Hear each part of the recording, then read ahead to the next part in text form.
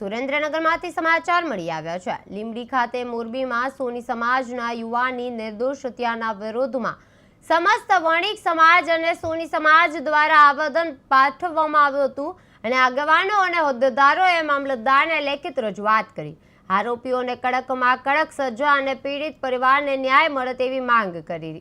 વિરોધ છે એ સ્વરૂપે અડધો દિવસ દુકાનો બંધ રાખવામાં આવી હતી અને સાથે જ મૌન બાઇક રેલીનું આયોજન કરવામાં આવ્યું હતું। મોટી સંખ્યામાં સભ્યો ઉપસ્થિત રહ્યા હતા। ત્યારબાદ ઘટનાની નિંદા વ્યક્ત કરી હતી। લીંબડીમાં હત્યા વિરોધે આવેદન છે કરવામાં આવ્યું હતું અને જેમાં સોની વણિક સમાજનો ઉગ્ર છે વિરોધ રહ્યો હતો। અડધો દિવસ દુકાનો છે તે બંધ રહી હતી।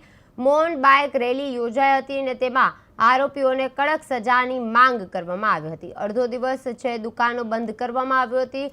લીંબડીમાં હત્યા વિરોધ આવેદન છે તે પાઠવવામાં આવ્યું હતું। સોની વણિક સમાજનો ઉગ્ર વિરોધ છે તે કરવામાં આવ્યો હતો। અડધો દિવસ દુકાનો બંધ કરવામાં આવી હતી। ત્યારબાદ મૌન બાઇક રેલી છે તે યોજાઈ હતી જેમાં આરોપીઓને કડક સજાની માંગ કરવામાં આવી હતી। સોની વણિક સમાજનો ઉગ્ર વિરોધ છે તે હતો અને અડધો દિવસ દુકાનો છે તે બંધ રાખવામાં આવી હતી। મૌન બાઇક રેલીનું આયોજન કરવામાં આવ્યું હતું જેમાં આરોપીઓને કડક સજાની માંગ કરવામાં આવી હતી। મૌન બાઇક રેલીનું આયોજન કરવામાં આવ્યું હતું અને ત્યારબાદ લીંબડીમાં હત્યા વિરોધે આવેદન છે પાઠવવામાં આવ્યું હતું। સોની વણિક સમાજનો ઉગ્ર વિરોધ છે તે રહ્યો હતો।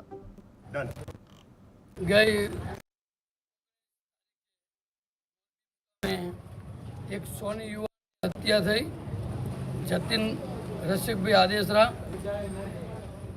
કરપીણ હત્યા થઈ, નાની એવી બાબતમાં હત્યા થઈ।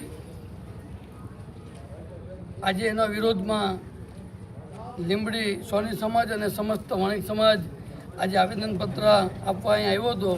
પ્રાંત સાહેબને આવેદનપત્ર આપ્યું છે। આ હત્યા કરપીણ થઈ છે, એકદમ નાની બાબતમાં થઈ છે। ગુજરાત સરકારના માનનીય મુખ્યમંત્રી ભૂપેન્દ્રભાઈ પટેલ અને નાયબ મુખ્યમંત્રી માનનીય હર્ષભાઈ સંઘવી સાહેબ પણ સંવેદનશીલ છે। આને હત્યારાઓને પકડી પણ લીધા છે, પણ આને પીડિત પરિવારને ઝડપી ન્યાય મળે અને આરોપીઓને કડકમાં કડક સજા મળે એના માટે આજે અમે બધા એકત્ર થઈને આવેદનપત્ર આપવા અહીં આવ્યા હતા। પ્રાંત સાહેબને, માનનીય મુખ્યમંત્રીને અને માનનીય નાયબ મુખ્યમંત્રી શ્રી હર્ષભાઈ